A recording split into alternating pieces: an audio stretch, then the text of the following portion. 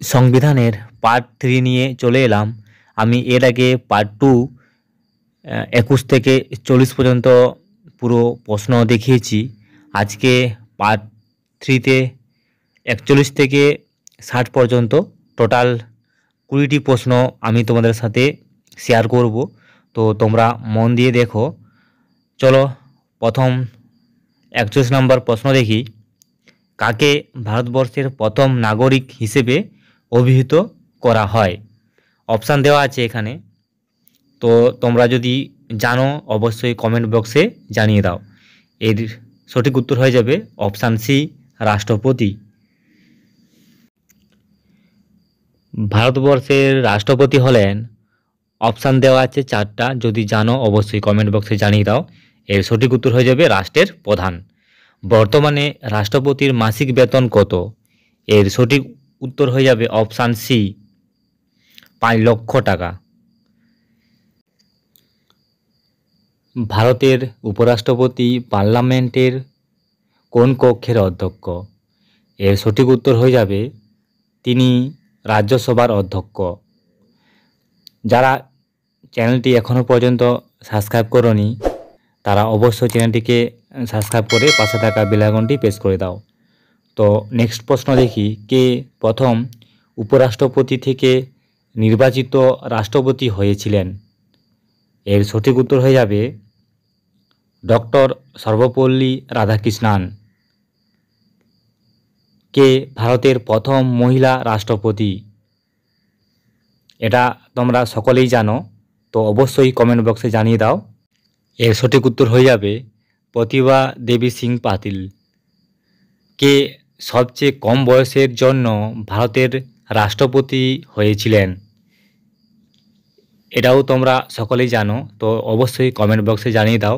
এর সঠিক উত্তর হয়ে যাবে নীলাম সঞ্জীব রেড্ডি। ভারতবর্ষের কোন রাষ্ট্রপতি কর্মরত অবস্থায় মারা যান? চলো তোমরা সবাই উত্তর দাও। এর সঠিক উত্তর হয়ে যাবে ফখরুদ্দিন আলী। ভারতের প্রথম উপরাষ্ট্রপতি ছিলেন, অপশান দেওয়া আছে, তোমরা সকলেই বলো। এর সঠিক উত্তর হয়ে যাবে ডক্টর সর্বপল্লী রাধাকৃষ্ণান। ভারতের রাষ্ট্রপতিকে ইমপিচ করতে পারে? এর সঠিক উত্তর হয়ে যাবে অপশান ডি, সংসদ। তো তোমরা অবশ্যই ভিডিওটি লাইক করো। কাকে ভারতবর্ষের দ্বিতীয় নাগরিক হিসেবে অভিহিত করা হয়? এটা কিন্তু তোমরা সকলেই জানো। এর সঠিক উত্তর হয়ে যাবে উপরাষ্ট্রপতি। কে উপরাষ্ট্রপতিকে শপথ বাক্য পাঠ করান? এর সঠিক উত্তর হয়ে যাবে রাষ্ট্রপতি। এখানে লোকসভার আছে, এটা হবে না, শুধু রাষ্ট্রপতি হবে। কে ভারতের অ্যাটর্নি জেনারেলকে নিযুক্ত করেন? এর সঠিক উত্তর হয়ে যাবে রাষ্ট্রপতি। এখানেও লোকসভার করা আছে, তো তোমরা সবাই ঠিক করো, শুধু রাষ্ট্রপতি হবে। রাষ্ট্রপতি পদচ্যুতি সংক্রান্ত প্রস্তাব সংসদের উভয় কক্ষের কতজন সদস্য দ্বারা সমর্থিত হওয়া প্রয়োজন? এর সঠিক উত্তর হয়ে যাবে অপশান সি, 2/3 অংশ। ভারতীয় সংবিধানের কত নম্বর ধারায় অধিকার অনুযায়ী রাষ্ট্রপতি কোনো রাজ্য সরকারকে বরখাস্ত করতে পারবে? এর সঠিক উত্তর হয়ে যাবে অপশান বি, 356 নম্বর ধারায়। কেন্দ্রীয় আইনসভার বিরুদ্ধে অস্থানা প্রস্তাব মানতে হলে লোকসভার সদস্যদের কমপক্ষে কতজনের সমর্থন প্রয়োজন? এর সঠিক উত্তর হয়ে যাবে অপশান সি, 50 জন। কে ভারতের প্রধানমন্ত্রীকে শপথ বাক্য পাঠ করান? এটা তোমরা সকলেই জানো, তো আশা করব তোমরা কমেন্ট বক্সে জানিয়ে দাও। এর সঠিক উত্তর হয়ে যাবে রাষ্ট্রপতি। তো তোমরা সবাই জানিয়ে দিয়েছো তো। এবার চলো দেখি সংবিধানের কত নম্বর ধারা অনুযায়ী প্রধানমন্ত্রী রাষ্ট্রপতি কর্তৃক নিযুক্ত হন? এটাও তোমরা সকলেই জানো, আশা করব কমেন্ট বক্সে জানিয়ে দাও। এর সঠিক উত্তর হয়ে যাবে 75 নম্বর ধারায়।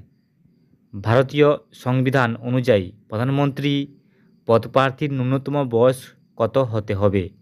এর সঠিক উত্তর হয়ে যাবে অপশান বি 25 বছর। প্রধানমন্ত্রী হতে গেলে 25 বছরের বয়স লাগে। এটাই লাস্ট প্রশ্ন, তো চ্যানেলটিকে অবশ্যই সাবস্ক্রাইব করে রাখো। এটাই লাস্ট প্রশ্ন, কোন প্রধানমন্ত্রী তার কার্যকালে একদিনও সংসদে উপস্থিত থাকেননি? এর সঠিক অ্যান্সার হয়ে যাবে অপশান সি চৌধুরী চরণ সিং। তো অবশ্যই ভিডিওটি হেল্পফুল মনে হলে অবশ্যই শেয়ার করো।